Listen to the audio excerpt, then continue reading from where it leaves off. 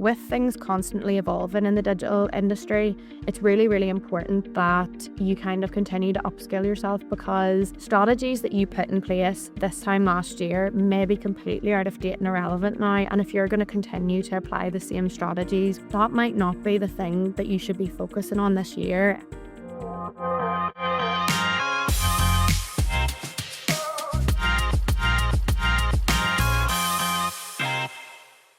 Hi guys, welcome back to another episode of the ProfileTree Podcast. I'm joined by Emer and Chris this week, and today we're going to be talking about digital training in 2026.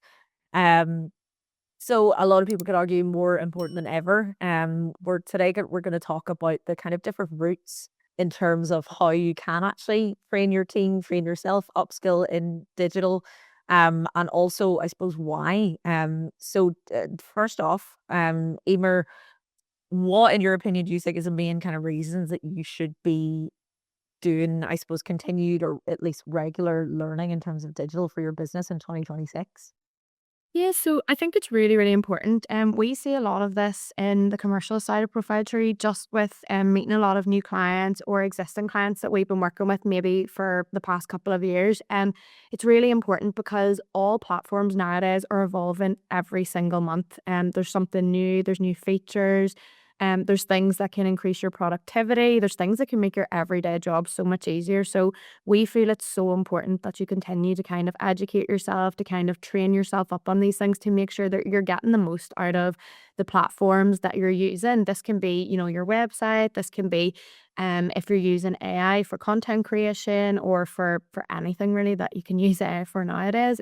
It's just really important that you're kind of keeping up to date with these things to make sure that you're getting the most out of them, because as I said, it can help with productivity, with time management, and just making your job easier day to day, really. And then another thing to consider is, with things constantly evolving in the digital industry, it's really, really important that you kind of continue to upskill yourself, because strategies that you put in place this time last year may be completely out of date and irrelevant now. And if you're going to continue to apply the same strategies, whether that's to your content creation, to the kind of content that you're writing on your website or the things that you're prioritizing on your website. So if it's like video content or things like that, that might not be the thing that you should be focusing on this year. And Google has updates every so often. That's really important to check what they're prioritizing to make sure that your website is kind of hitting these key points. So yeah, ensuring that your strategy is not outdated for the coming months, years, is another reason why, upskilling is really, really important. And it's something that we see quite a lot. And it's something that we would advise all of our clients, particularly those who are coming in for a website, to make sure that, they continue to kind of keep things up to date. I completely agree. And I think even further to that, businesses should be really looking to embed it into the culture of the company, not just as a one-off change or a one-off improvement, but continually fit that into your strategy going forward. And as Emer says, what you start last year might not be relevant this year. So it's definitely important to have that as part of the culture in the business. And I think cost is a huge thing. You could pay 10K for a video production. That's all good and well. You might only require that for the high-end professional productions, but every day you're missing out on a chance to gain more engagement online across the platforms. There's so many different things to keep up with now.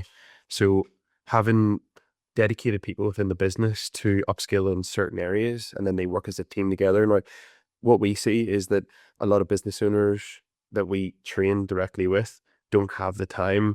And I've seen a slight shift in the last maybe year or so, where the amount of owners and managing directors that I was dealing with before in the past, they kind of understand that they're too busy to nearly take on all of this, and they're training in their own sense, but nearly allocate the training to a certain member of staff that has a little bit more of a grasp in that area of the business. And we're sort of talking about marketing here, keep it on their online presence up to date. So yeah, upskilling, to answer your question, Laura, is vital for a business to continue to grow and compete in a really tough industry. Absolutely. So I suppose, the next thing we could kind of talk about is the potential routes in terms of training and upskilling your business or yourself. There's obviously a couple of different options. First potential being engaging a digital agency that I suppose hopefully knows exactly what they're talking about. Um, because it can be difficult to kind of know where to start. And also often the key things that we would see clients saying is, I don't really know what I don't know. And they need that kind of guidance. Like, either in your experience, whenever we're kind of approached by a business, what would the typical process look like if they were to approach you and say, okay, we're really interested in developing a new strategy and sort of having some one-to-one coaching and how to implement it, and I suppose reviewing the results and things like that? Yeah, so I think we would first look at, the team that the client is kind of working with. Is this just a one person department? Is there multiple people? Because obviously if there's multiple people, it's easy to kind of come up with a strategy of different things that everybody can be focusing on each month. But if it's only one person, it's really important that we get it clear and focus on the key things for them, just so that one person can't do the work of an entire marketing department in a month. So we would kind of try to focus on the key small wins, quick wins for clients that are coming looking strategies if they have a smaller team. But it really does just depend on the business, because we've dealt with a lot of clients, who have maybe come to us from other agencies that they've worked with in the past. And our approach is quite different from other agencies in the sense that traditional agencies, we see a lot of, they want to keep work in house. If you've maybe built a website for a client, they will want to make all of the changes to that website going forward. They will want to have full control of the website. The client will come to them and say, can we make this change? Can we add this blog? Can we change this image? And the agency themselves will want to do that. And I suppose from their perspective, it's a stream of income from the client, and it's a sale essentially if they're getting some work out of it. But from our perspective, that's not something that we want to do because it's really costly for clients. It's also really time consuming because you're relying on the agency's schedule and when they can fit you in to kind of do the work.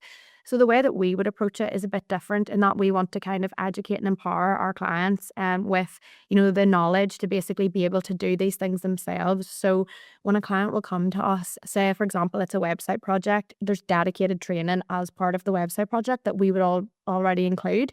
And that's tailored specifically to your website. You can ask any questions that you want, and we will take you through how to do everything yourself so that whenever your project's live, you have full autonomy of your own website, you have full control. And obviously, we're always here if you need us, but it just means the clients have control over their own property, their own websites, and it's saving them some money and saving them time realistically of reaching out to an agency to help.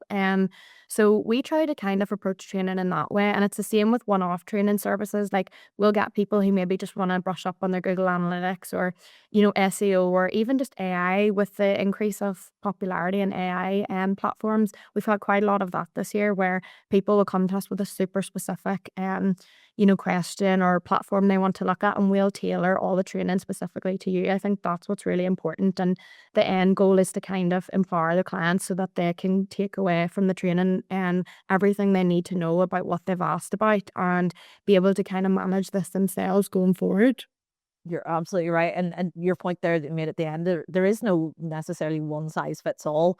Obviously, there's definitely going to be key points that you're training businesses in, but it's great to be able to kind of tailor it to their needs, their knowledge level, their skill level, what their goals are. Most importantly, I suppose that's kind of a big part of it as well. Chris, from your perspective, obviously you mentioned video production. How do you think you, as a lead videographer, approach a video production shoot with a client where you're actually not only helping them to create professional level video content, but also kind of, let's say, imparting the wisdom of your experience and your skills as a videographer? How would you approach that differently to just say a typical shoot where you're just turning up to kind of create the content, record and edit for the client? Well, I have worked across many of both of those examples there, with clients that just want a video and that's it, and they're not interested in learning anything. And they maybe already know, actually, they've probably worked with tons of agencies and they already know the process and they just want the video done.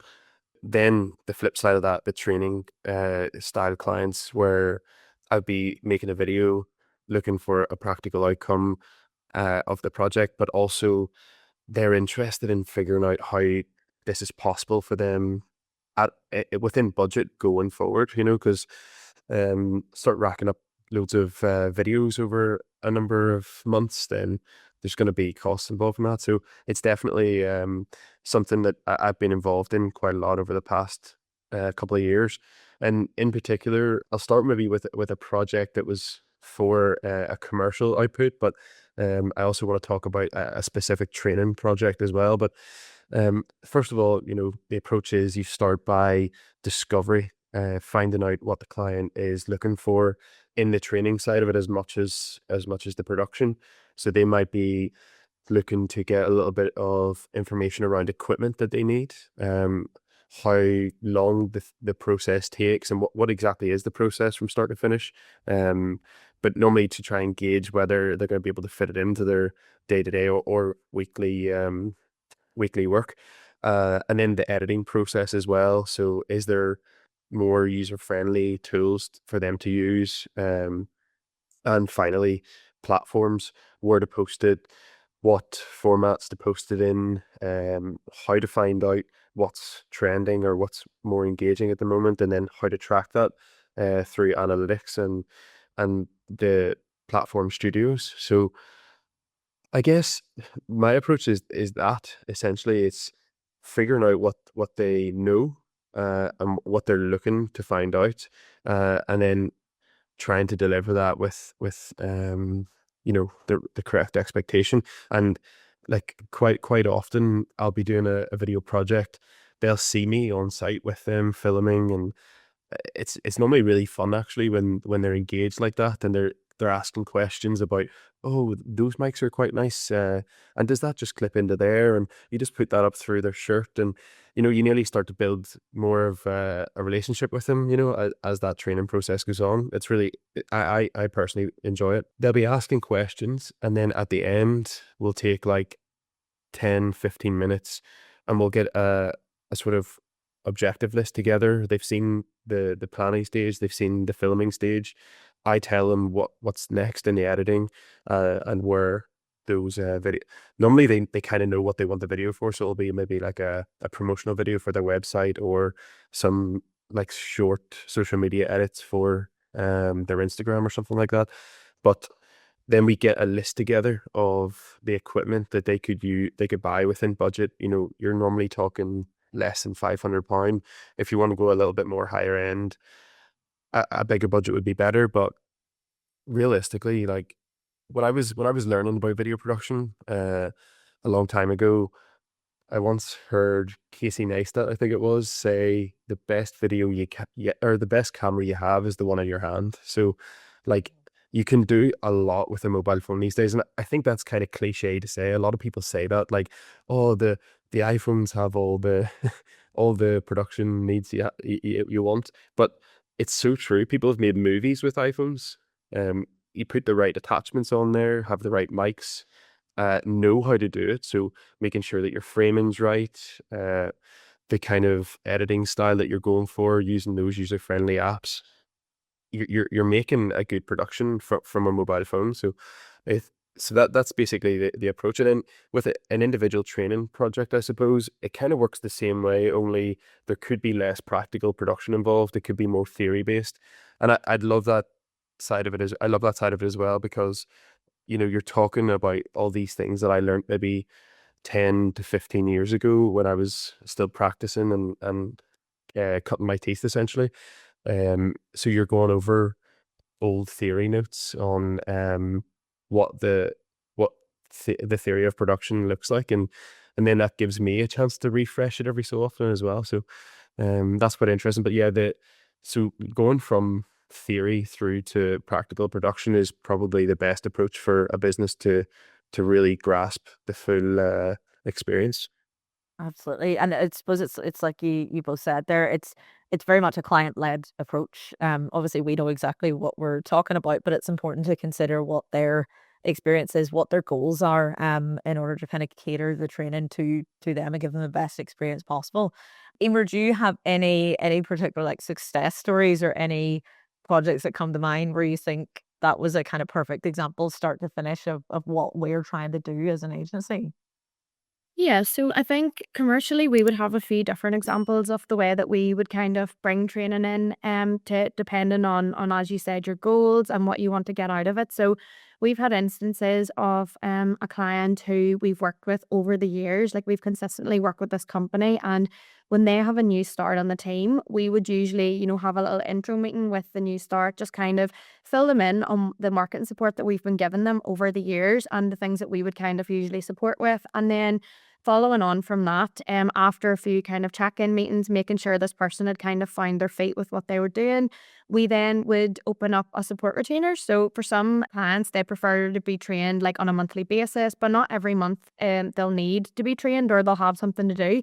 So a support retainer for us has been really, really good for implementing training into commercial projects, but it's kind of ad hoc in the sense that if you need some training that month, we can absolutely use the time to do some training. If you don't, if there's anything you need a hand with on the website or anything you just want us to do, we can use the time for that instead. So it's really flexible. It's allowing the client to kind of meet the goal of any kind of training that they need. They can achieve month by month. They can kind of set up a plan in advance of what they want to do with their time each month. And then if they don't have any training, we can definitely use ours to, do some things on their website, do some content, some optimization.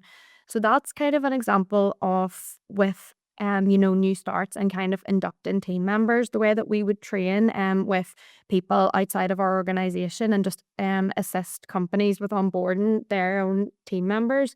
And then in terms of existing clients that maybe have utilized training over a long period of time, we would have some people who've got quite experienced members of staff already on their team.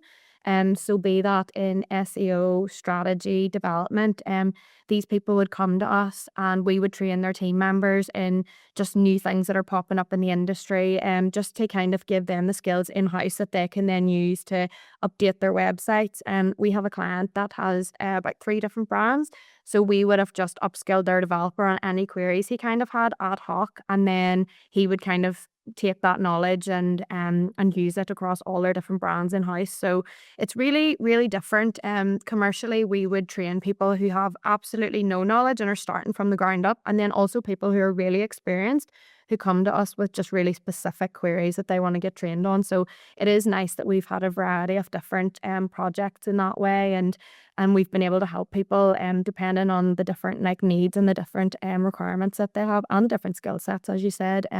It's just nice to be able to help people, all across the board with those things. But what about you guys? Do you have any examples in the training department or within video of client success examples?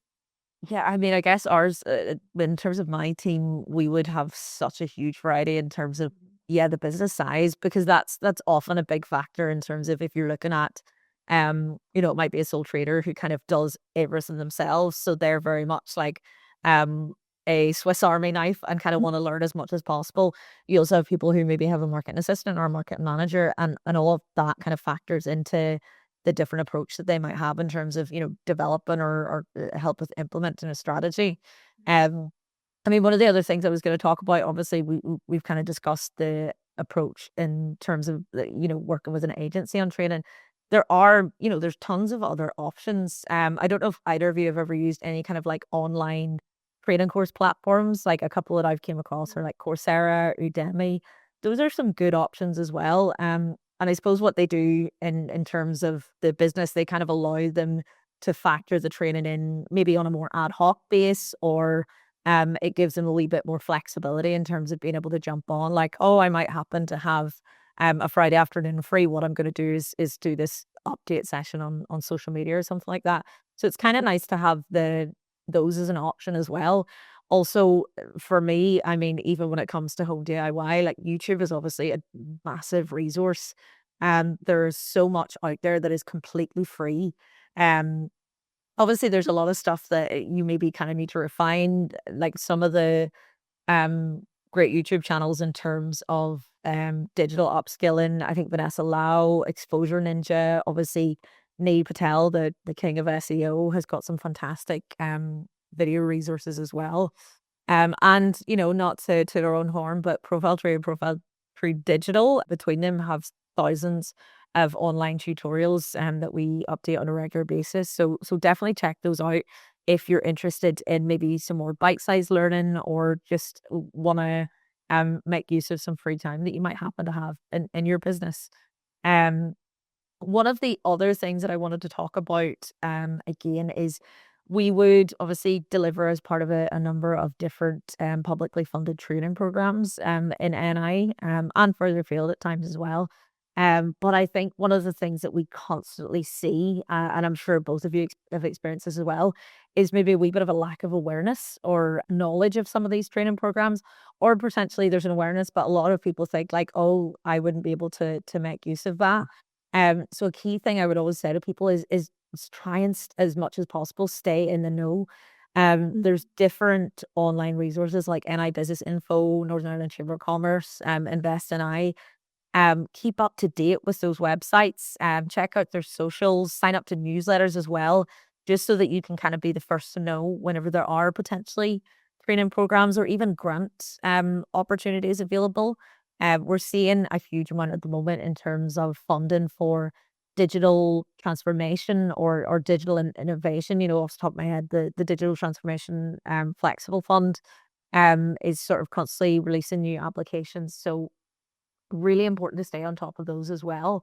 Sorry, Laura, you were talking about success stories there, and just relating to what you're talking about with, staying up to date with schemes and the opportunities to get grants and stuff. I've a really good success story that I was just thinking about there, and it was one of your clients that you had pushed over for me to help them with video production, and they were essentially innovating, as in they've never done video before.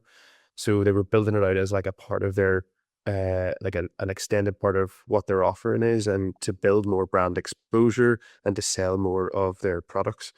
And they wanted to make a podcast.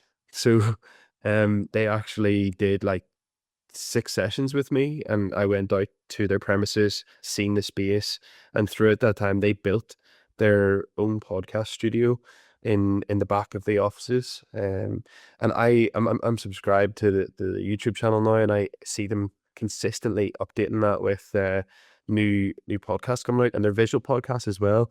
And I was able to identify on site that they already had loads of assets, like photography assets, and given the nature of their business, I don't want to be too specific, but they had loads of these assets for promoting some of their products. And so we took that and put that as a B-roll visual on the podcast. So they basically interview with their customers and partners. And then that B-roll is the images that they already had. So they're actually doing really, really well. I think they're up there with a couple of thousand subscribers already. And, this is recent enough times. So that, and they were able to get a grant to pay for all that equipment as well, a match funded grant. And just to back up your point there of how important it is to be looking out for these things. Yeah, absolutely. And it's great to see those results. Because I think so often people kind of want to see like the quick wins or whatever, but it's not necessarily as simple as that. It's fantastic to be able to, sit down with the business, figure out a strategy, implement that strategy, upskill the team, upskill the business owner, whoever it might be, and then actually say, well, this is the impact this has had in your business. It's not as simple as, okay, well, you're more sort of up to date with social media platforms. It's what does that actually translate into? And what they obviously want to see is increased sales, increased brand awareness, better engagement on their digital channels. And obviously a massive thing for us now, being an AI first agency is seeing better AI implementation and actually seeing the benefits of that. Like you mentioned, a huge thing is productivity, time management, being able to, like, time is absolutely invaluable to any business and any business owner. So anything that training or upskilling can do to try and get you back some of the valuable time is definitely going to be a huge benefit. Where do you find programs and funding? Where would that be available? So I would check out nibusinessinfo.co.uk, northernIrelandChamber.com, and Invest NI have a support for business page that is regularly updated. And definitely any of those, if they have a newsletter, I would sign up to that so that you're getting email updates about anything as it happens. The main training program that is NIY that's being run at the minute is Go Succeed. So definitely check out the Go Succeed website. Even if you don't register for support, there's tons of free resources in there. And there's loads of events, both in person and online, that I would say are really beneficial to business. And that's not just in digital, that's across a whole sort of wide variety of topics. So, just keep yourself up to date, get those newsletters. Even if there's stuff there that might not be directly relevant, hopefully there is something that can definitely help you as a business. And I mean, another thing, again, not to harp on about AI, I would suggest using something like ChatGPT or Gemini or Claude to come up with a bit of a structured training plan. Because I think what can be so off-putting for businesses is, okay, where on earth do I start if I'm going to do this, in-house, or if I'm going to try and use online resources, or if they're not going to have the sort of guidance of an agency or a marketing business that they're working with. Stick in what your goals are. Give it as much information and context about your business as possible, where you are in terms of turnover, sales, team size, and get it to come up with something that's actually doable. For example, you could tell AI, I have 4 hours available a month to upskill myself or my team. Give me a realistic training plan that I can actually stick to, and then kind of update that as you go. Like you were saying earlier, Emer, a strategy for last year isn't necessarily going to be helpful for this year. Constantly do that with your training plan as well. For example, you can get ChatGPT create tasks for you on a weekly basis. Use features like that as well. There's loads of options there that don't necessarily require financial investment or a huge amount in terms of time investment.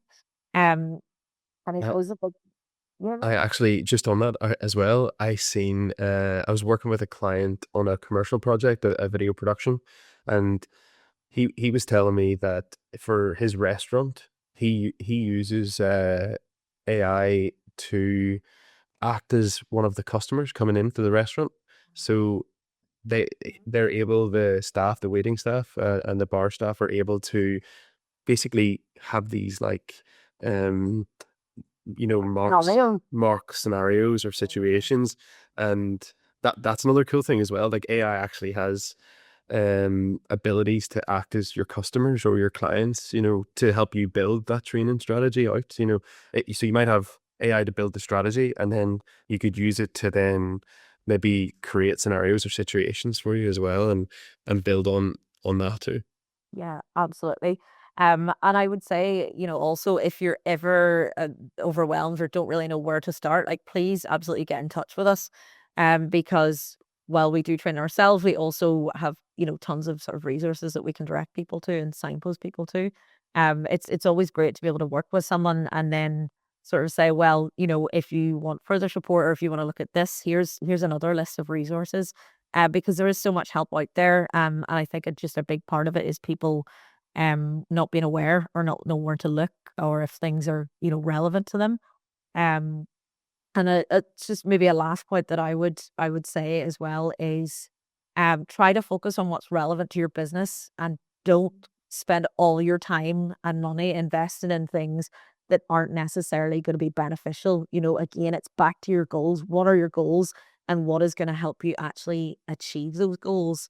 Um, so I suppose just to wrap up, any final thoughts on digital training in 2026 or any reflections on where we might be next year, for example? Probably somewhere different than where we are this year. Yeah.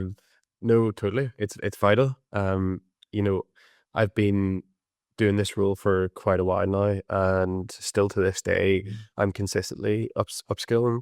I always take the time to look at the new softwares, to look at hardware as well for video production, to see what's going on in industry, and then kind of weigh that up as you just mentioned there. Like, do I need it to do my job, or is it important to, maybe invest in this bit of software or this bit of equipment? So, it's not just about finding it and getting it.